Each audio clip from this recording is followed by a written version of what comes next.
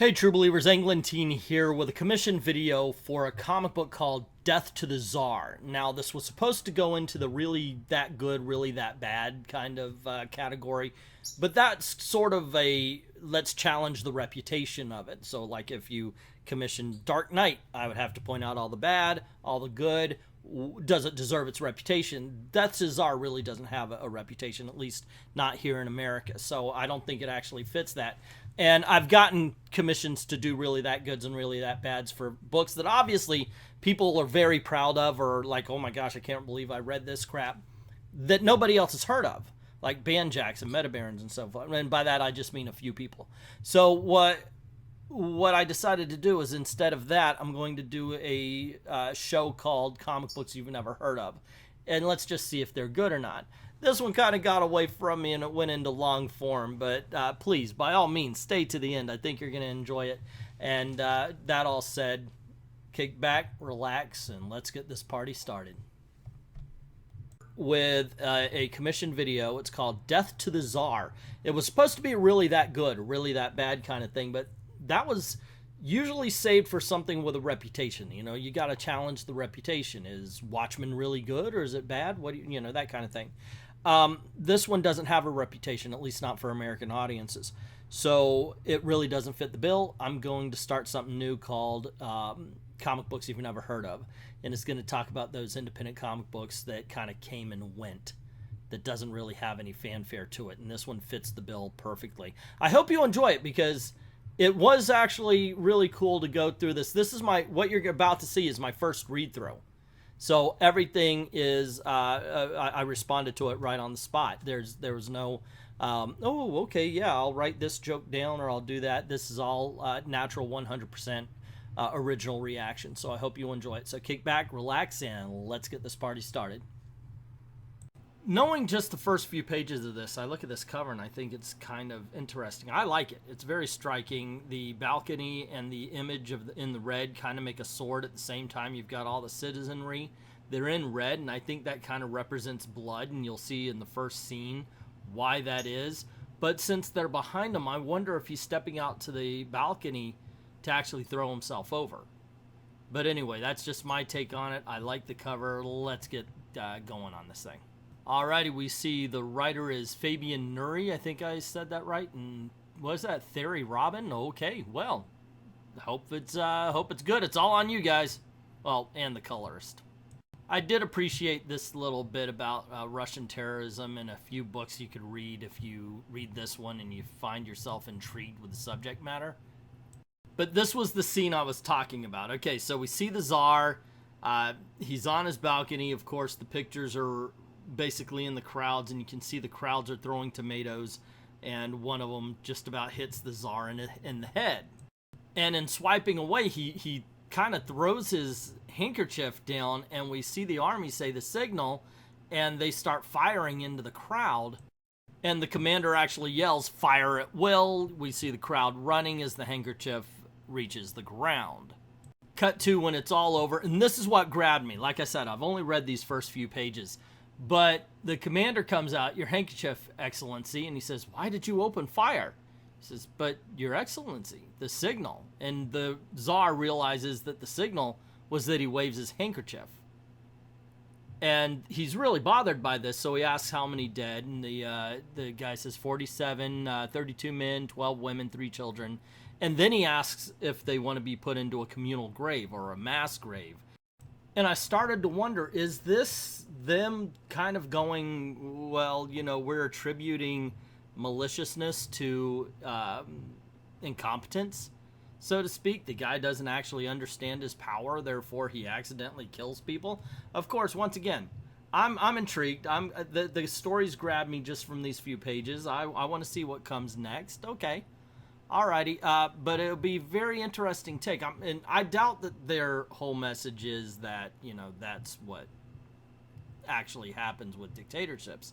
But I just thought this was an interesting turn. And it further kind of goes into his incompetence as he's kind of touring all the wounded and the dead and everything, and he doesn't know what to say, and he's like, how do I bring comfort to him? And he gets nervous and he brings out his handkerchief, which scares everybody. So he looks at the handkerchief rather fearfully and then puts it back in his pocket. But what's weird is he actually gets a telegram congratulating him on putting down an uprising. That's not the words they use, but that's the message of this particular page. But this made me wonder, is he the Tsar? Because they actually say His Majesty Tsar Nicholas II personally congratulates Grand Duke. So maybe the character we're looking at is Grand Duke Sergei. But he's like, am I supposed to be proud of this? And he seems like really out of it because he's more interested in the picture that he's looking at than the message from Tsar Nicholas. And as he's walking out of this room, he says, wow, I never noticed before. There's spider webs and dust everywhere. And these windows, you can barely see through them. The guy says, I'll give instructions for them to be clean. He goes, I dropped my handkerchief. But the butler there, he doesn't see anything, and he's like, I will die. I dropped my handkerchief. And this is where I got confused, because I've written everything down again. It's on the board over here, but I forgot. I didn't know. Is this supposed to be really that good? Is it really that bad? I forgot what I was intrigued by that, because look, you want to talk about good storytelling. We got the who, the what, the where, and the why all in 4 pages. This sets up almost everything. It's called Death to the Tsar, so we don't exactly know the plot yet, but we know this guy's going insane. We know exactly why, and we know the fact that not only is the thing that he's going insane for not exactly looked down upon, but it seems to be encouraged, or at least it's brushed under. I mean, come on, let's face it, we're seeing that kind of thing happen right now. But we're sort of, it's very intriguing. I hope this keeps up. So far, so good for me. Oh, and this is how kind of dense I can be sometimes. It's called Death to the Tsar, Chapter 1, The Governor. So my guess is we're looking at a governor here. So it took me a while, longer than I care to say to get that. Wow, that's kind of embarrassing, but that is the truth. Okay, so we cut to what looks like a bomb being thrown and going off, knocking the governor's cart down, killing the horse. We see him reaching out to his men for help. And when he sat down, he won't take the handkerchief, by the way, from the maid. And he's looking at his men like, who you're on the phone to? Speak up, I can't hear you. And it's obviously that the explosion has done some damage to his hearing. And he's visibly shook up. This, I think, bothers the commander because he tells everybody to leave. And immediately the governor is like, yeah, leave. That's a good idea. Everybody leave. And this was kind of the first, I don't know, flaw of the story. So the governor steps out and he sees a guy on the ground. He asks who it is. They say Colonel Yackwell. And he can't hear, so he's like, who? They yell Colonel Yackwell. And he's like, God. Who the hell's Colonel Yackwell? Why should we care? Seriously. Once again, it's a minor flaw, but it is a flaw. I like it. It's all plot, though. There's no character to this at all, except for with what we're seeing in the governor himself. On another bit of a time jump, we see the governor. He's at his daughter's birthday party, but this time he's a little bit more angry. And he's saying, hey, look, those miscreants, the people who are trying to kill me, they're not going to be dictating me on this day. It's my daughter's birthday, so freaking to hell with them. His assistant's telling him how they're going to be changing routes and keeping extra guards on to protect him as he goes from where he is to the Kremlin. And the governor says something along the lines of, yeah, well, you would think since they tried and they failed, they would kind of back off a little bit. But his assistant says, oh, no, actually, they'll grow more desperate and they'll grow more brave. And they won't be afraid of killing innocents, including maybe even your family. And the dude's like, oh, whoa. What do? I mean, I can't stay here, but I can't endanger my family. And the assistant says, well, actually, one of the reasons we think they're growing bolder is because basically the citizenry think of you as already dead. But it is a birthday party, and his daughter's waiting for her fireworks, so he goes out on his balcony to watch them with him. And I think he's growing suspicious because he looks down at his daughter a little strangely. And frankly, I would have to admit that had I gotten that news, I may not actually go onto the balcony to see the fireworks. Look, we've got these big windows. Why don't we open them up? But I get it. With a little girl, you know, it's kind of cool to see the fireworks and everything, but not when people are trying to shoot you.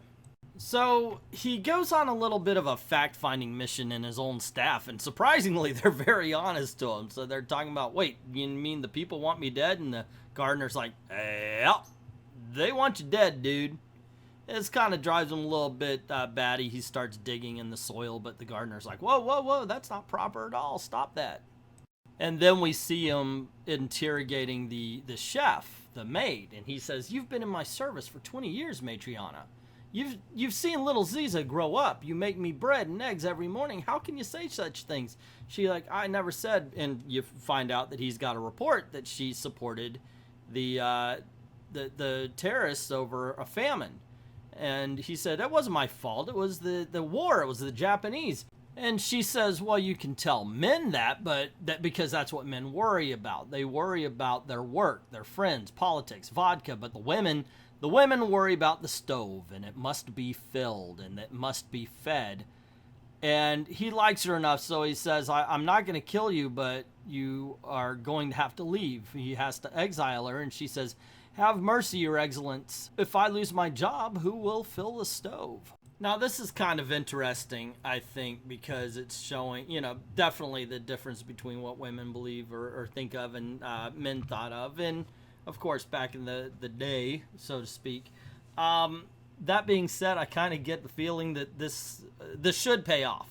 That's all I'm saying. We should see some sort of retaliation from her and maybe the gardener.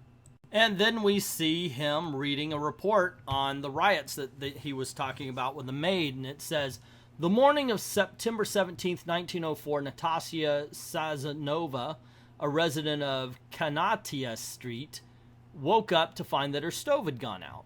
According to her statement, her hands began to shake and she knocked over a cup. She started tidying up in a frenzy, moving objects around for no apparent reason. At 11 a.m., when her son came home, the stove was lit. Petya saw his mother filling it. She was filling it with shoes and dishes and clothing, and she took off her shirt and skirt, stuffing them into the stove. At first, the child laughed at the game. Then he saw his mother's face and started screaming. He ran into the street calling for help. Natasha Sazanova's neighbors took her out of her house completely mad, screaming to anyone she came across that she had to fill the furnace. She carried on screaming in the street until the police came to take her away. Sazonov, a laborer, arrived on the scene after his wife was taken. Okay, I was saying it wrong the first time. Having been notified by his neighbors, he then also started yelling, stirring up the crowd. The policemen who had remained on the scene were unable to contain the growing unrest. There were about 100 demonstrators on the street. The Imperial Guard counted close to 300 of them by the time they arrived in front of the governor's palace. Sazonov and his son Petya were among the victims. And we find out, okay, that's what led to everything. And he sits back. Sergei, what's gotten into you, darling? You're going to make yourself sick if you stay in a cold place like this. And she throws a log into the fire to light the stove. And we get a bit more of a glimpse into his growing paranoia as he's walking by the staff after breakfast, which of course he doesn't like because he fired the housekeeper he had for 20 years. And he's saying, hey, if you're still in my employ, that means you answered all the right questions the right way. But don't worry, we're still going to be watching you. And yes, I'm paraphrasing. So he arrives at a cathedral and he's like, I told you guys to have a mass for the people who were killed. And the bishop's like, oh, wait a second, they were miscreants. I'll do it after the church has been renovated. And he goes, those renovations stop until I get my mass. And he's like, it would have been better if you hadn't killed them instead of bothering the church with all this. They were miscreants after all. Oh, the times we live in are so good compared to the past. Because, yeah, that's what we see all the time. You know, if you were born rich, you were better than everybody. And I guess in some cases, if you're a politician, you have the right to kill people. Gee, hope that doesn't come back. Afterwards, he visits. He goes back home, basically. That's what I'm trying to say anyway. So he goes back home, and while he's sitting there, the butler says he's being frisked, and he's like, wait a second, this lawyer, he's a friend of mine. He's known my wife forever and a day. But then the lawyer starts speaking about getting affairs in order and making sure lands are transferred to the wife, and there is the issue of the will, and the czar, governor, whatever we're talking about, says, Out, degenerate crow, disgusting scavenger, and he just kind of kicks back and looks at the mail. Okay, so this is where I have to apologize. When I read that and it was loud and I kind of yelled, anytime I yell, Twiddles thinks I'm yelling at him, even though I'm not looking at him. Actually, anytime he sees me put on the hat, he starts getting interested in what I'm doing now. So I do apologize if you hear him from here on in. I kind of woke him up. Where were we? Oh, yeah, he was reading letters. All over the city, people are saying that you will soon be killed. I don't know exactly who will take on the task. Probably some isolated citizen deeply outraged about the beastly massacre you committed on September 17th. Frankly, I'll admit that I'm against it, not because I have mercy for you. You yourself were merciless, even toward women and children. But simply because I'm against the principle of assassination, war, and death penalty. Your Excellency, you are a general, but even generals are mortal. Some generals die a natural death, others a violent death. You, Your Excellency, will die a violent death. I have the honor of remaining your devoted servant. Here at the factory, people say that you were bought out by your bosses, but I don't believe that, because our bosses aren't stupid. They wouldn't throw money out the window. I believe that you are generally an honest man. How could a man like you commit such a terrible crime? That, to me, is a mystery. The people are awakening, sir. For the moment, they are only tossing in their sleep, but already the foundations of your house are cracking, and you'll see what will happen when they are fully awake. My apologies, but I don't believe that you will ever see it. Please accept my apologies for bothering you, and in the name of brotherhood, I regret that it will be necessary to kill you, child killer. And then we see the Tsar walking through his palace. He hears two people talking, and they find out that the stableman just kind of fell asleep in the street and froze to death. And then at dinner, he's sitting with his family. His wife brings up a place she wants to go to, and his daughter looks at him and says, "Daddy, are you going to die?" And he looks at his wife angrily, and then to her and says, "Of course not. You know people that talk, they talk, and then they forget." He and his wife have a argument without arguing about a vacation, and then he kind of suits up and gets dressed and walks past a sleeping guard. He wakes up a man with a horse and buggy to take him out. The guy says, "Where to?" And the Tsar says, "You know where." And he ends up in a whorehouse where he gets buggered by a guy who particularly is well endowed. So obviously this guy wants to be caught, I guess, or he just knows he's a Tsar so nobody could do anything about it, because he flat out confesses everything, including the sodomizing to the guard that was sleeping. Apparently the wife overheard, because she goes, "Was it fun?" And he's like, okay, we'll go to St. Petersburg. And then while they're getting on the train, I guess, to go to St. Petersburg, one of the military sees a box and is like, "A bomb!" and knocks it out of this guy's hands. It turns out just to be chocolates. And the Tsar goes over and says, "I am so sorry. I will have my men reimburse you for your chocolates." And that's when the people are kind of looking on a little bit confused, because of course in their heads he's a mass murderer.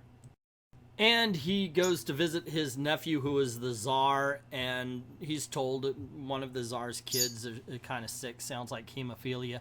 And in the middle of a conversation, the Tsar just leaves, kind of making the uncle feel a little bit inadequate.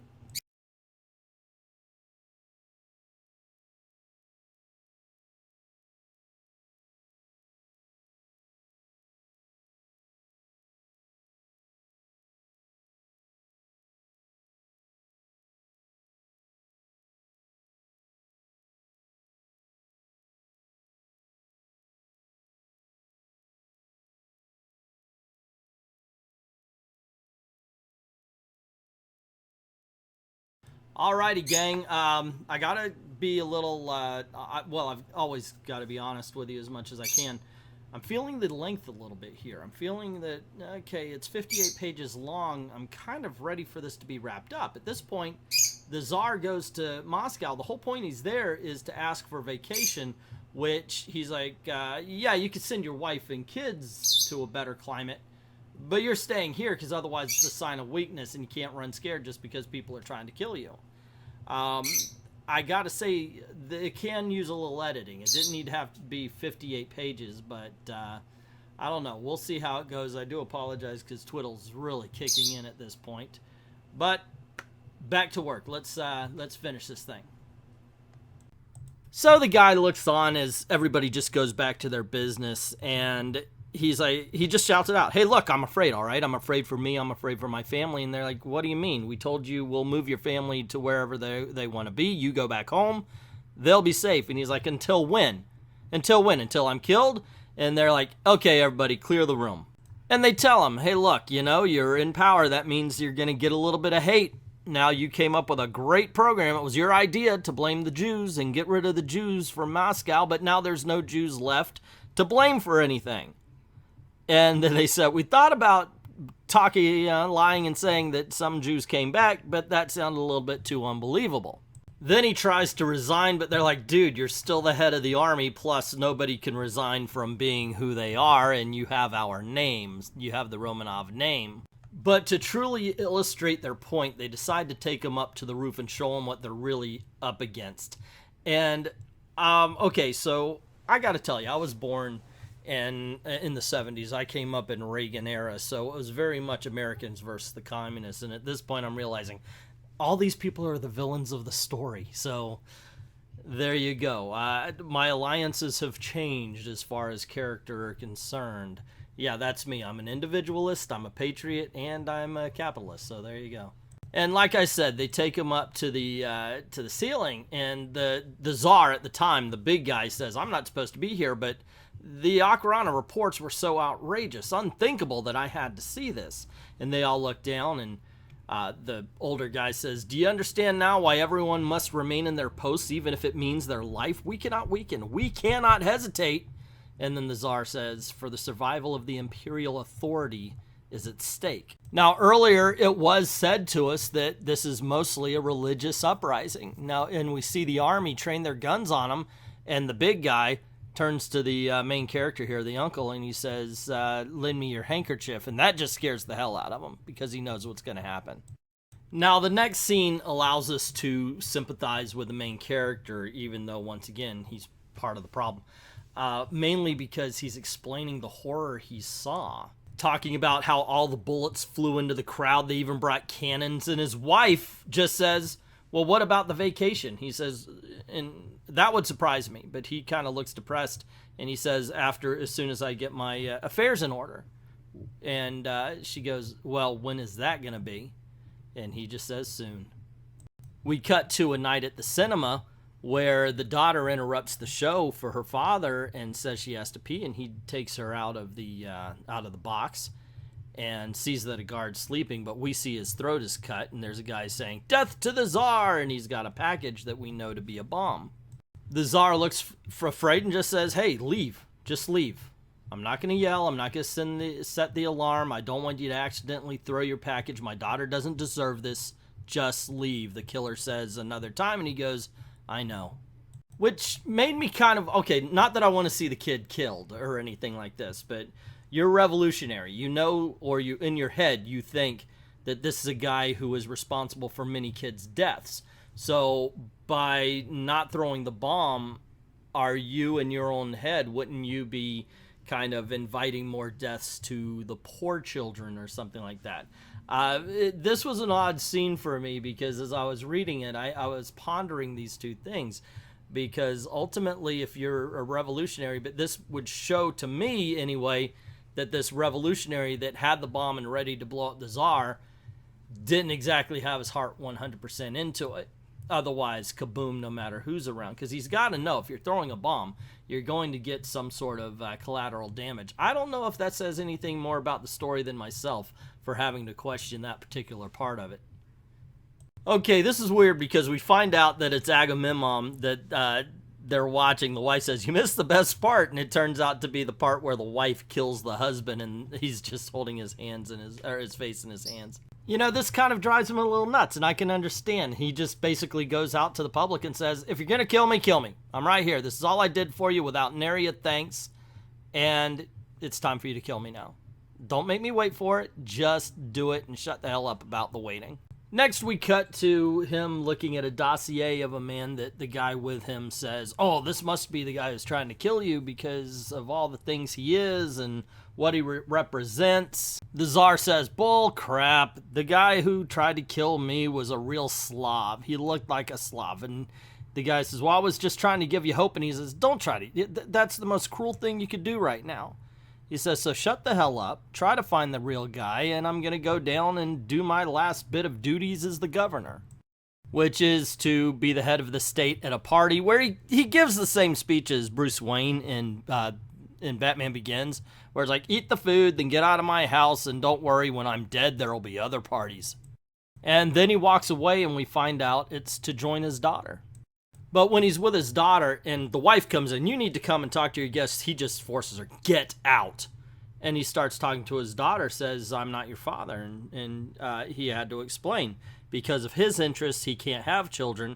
But they gave him her after his brother was run out. And she says, you don't love me anymore? Says, I'll always love you. I just didn't want to lie to you anymore. Which to me kind of sounds like the end. It's like when you're watching a war movie and one of the guys goes, oh, and this is a picture of my girl Emma, and she's back home waiting for me. And then blam, he gets his head blown off. That's seemingly what's going on here. I understand how many pages are left, therefore I know we're wrapping up, but I didn't know which way this was going to go. So obviously it's going to go with his death. So I'm assuming that the next few pages are going to be him kind of wrapping up everything and saying, oh, I love you, and this is good and fine, and then kaboom. And we see him wake up. And we see him be very nice to his wife, which is very unusual for this book. She's nice back to him. And everything is sunshine and roses. But we also get the idea that some time has passed, one, because, the snow's melted, but also because he tells the gardener, you're right, people talk, and then they forget. And he sits in his carriage, he says goodbye to his daughter, and finishes the orange or whatever fruit is in his pocket, and then to the church to see the renovations. We see him in state business, and as he walks out, they say, wait, you forgot your mail. He goes, I don't need to read it. I know what's in it. And he actually looks at one letter that has a cent to it, so he says, okay, I'll take this one. And then after re-crookening the painting he straightened at the beginning of the book, he heads out into his carriage, where he reads the letter. Yesterday I dreamed of your funeral, so I decided to write you, even though it's an insult to the unfortunate workers and little girls that you killed. But you are also an unfortunate man worthy of compassion, which is why I decided to write you. I dreamed that you'd been buried, not in a black coffin like old men, but in a white one like young girls. And behind your coffin, there were only policemen, not a single member of your family. I realized that no one you know would miss you. I don't know your wife, but how could anyone meet a good, sensitive woman in the midst of your world corrupted by vanity and pleasure? I know your children are not actually your own children. Why didn't you have children? I also know that our bishop, who will give your funeral sermon, would be willing to hold a funeral mass for a dog as long as he got paid. And since I know all of this, I'm sure that you know it too. I feel an enormous amount of pity for you. I vow that I will pray for your soul and mourn your death as if I was your daughter. Please burn this letter. A high school girl. And of course, we see in the crowd the guy who had the box bomb when he was out with his daughter. At the same time, the Tsar is saying, there is still someone in this city who likes me. And then this. So there you go, guys. That was Death to the Tsar. I forget who had commissioned that, but I thank you anyway. I had it written down. It might be on my sheet back here, but I'm too lazy to go look at it. So that was very interesting. Once again, this is one of those books that I'm sure somebody read and loved. European comics are kind of on the rise right now. But it's an odd tale. It's one that nobody has heard of, so there's no reputation to say, yes, it deserves it, or no, it doesn't. I can do a little review. I actually liked it. Like I said, it's a little bit long. It's a little. There's a couple of repeats. Like, you didn't need to talk to both the gardener and the maid to get this, because it was 2 pages with the same information, and that goes on, especially at the beginning. Like, you could cut down. This doesn't need to be a 58-page story. It really doesn't. That being said, I did enjoy it. I thought it was a good telling. I can't believe I wasn't getting it. The whole thing's called the governor, but people are calling him the Tsar, even at the end, Death to the Tsar. So obviously this wasn't just something that happened to him at the time. This is something that's been going on and on and on. for him. Like, people just know that he's inherently bad for all the things that he's done.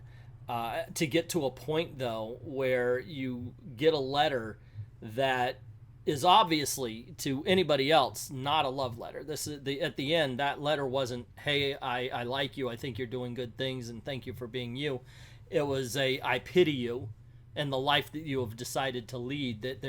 But there's no way around it. It is who you are. It's who you're going to be. It's the life that maybe has not been chosen for you, but you've embraced. And he's like, oh wow, somebody does like me. To get to that point, though, is I think that's the point of the story. That I don't know, what is it? Is it really the point of the story that even despots have loved ones or have feelings too? Maybe we should look upon them a little bit lighter. I don't know if that's a good message for a comic book. Maybe I took the wrong message out of it. Either way, it's an enjoyable. I don't know if I'm going to be doing long videos like this for every book like this, because I just realized I probably could have just given you the plot, done a review, and and done it in 15 minutes. But when I got started doing it how I was doing it, I was locked in. So there you go. This is going to end up being a half-hour long video, and sometimes people are afraid of long videos like that. Anywho, let me know what you think of Death to the Tsar and in the comments below. I know I just kind of talked you through it there. I'm probably going to get some comments. Hey, why are you reading it to us? Blah, blah, blah, yada, yada. Let us figure it out for yourself and all. I actually did get a comment on that once. Anyway, Death to the Tsar, thank you very much for the recommendation. I can honestly say it is a good book. It's not a great book. I don't know what its reputation is. So I'm going to start a whole new thing where I'm talking about books you have never heard of. These are independent comic books that came and went. It wouldn't be something like, say, Teenage Mutant Ninja Turtles, the first 4 issues, because everybody knows, and that does have a reputation. That would be in the really that goods, really that bads. I'll say for comic books you never heard of, for books that really just came and went without fanfare. Maybe they're good, maybe they're bad, but we'll see about it. Because I like independent comic books as well. So there you go. Anyway, let me know what you think in the comments below. Thank you very much if you've made it this far. I certainly appreciate it. Don't forget, of course, to click like, share, subscribe, ring the notification bell if you haven't done it already, because YouTube's algorithm really reacts to notifications more than subscribing even. So kind of do both. Also, if you don't mind helping out the channel, we do have a Patreon. We do have a Ko-Fi. Ko-Fi, I know a lot of people are more comfortable with that than they are Patreon. Just drop $1 in the till. It's got a tip jar. And I thank you very much if you do that. And I thank you to everybody who's already done that, and to everyone, all of the true believers. Thank you very, very much for watching.